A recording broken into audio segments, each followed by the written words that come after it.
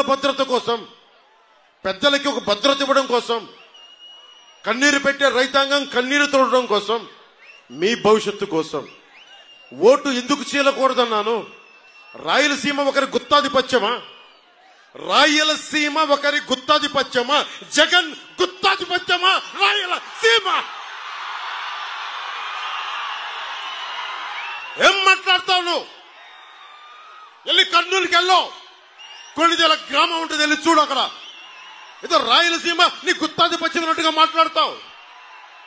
దమ్ము లేవా మాకు? ధైర్యం లేదా మాకు? ఏం మాట్లాడతావు? 40 మందిని మట్టలు చేసి బెదిరిస్తారా మీరు పెద్దిరెడ్డి గారు? అరే ఎర్రచందనం వీళ్ళకి ఇంధనం అయిపోయింది. వీరికి అడ్డొచ్చిన వాళ్ళు నరికేస్తారు, కాళ్ళు చేతులు తీసేస్తారు, హాస్పిటల్లో ఇంజక్షన్ చంపేస్తారు.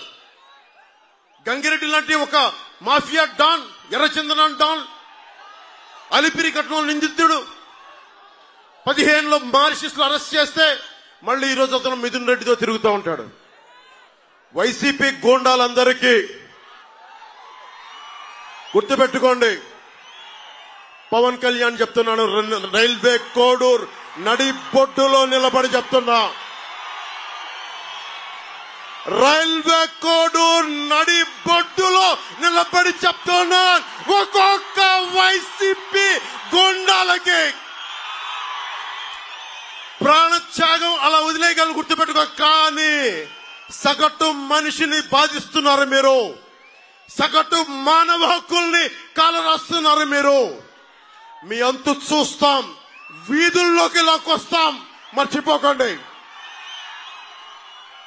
ఇంతమంది యువతున్నారు, మీరు కలల ఖనిజాలతో చేసిన యువత.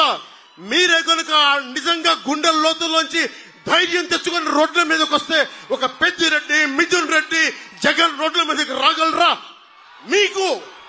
మీకు పిరికితనం వచ్చేసింది, మీలో ధైర్యం చచ్చిపోయింది. మీలో నేను వచ్చినప్పుడు రోడ్ల మీదకి రావడం కాదు, తప్పు జరిగినప్పుడు రోడ్ల మీదకి వచ్చి బయటికి రావాలి, నిలబడాలి.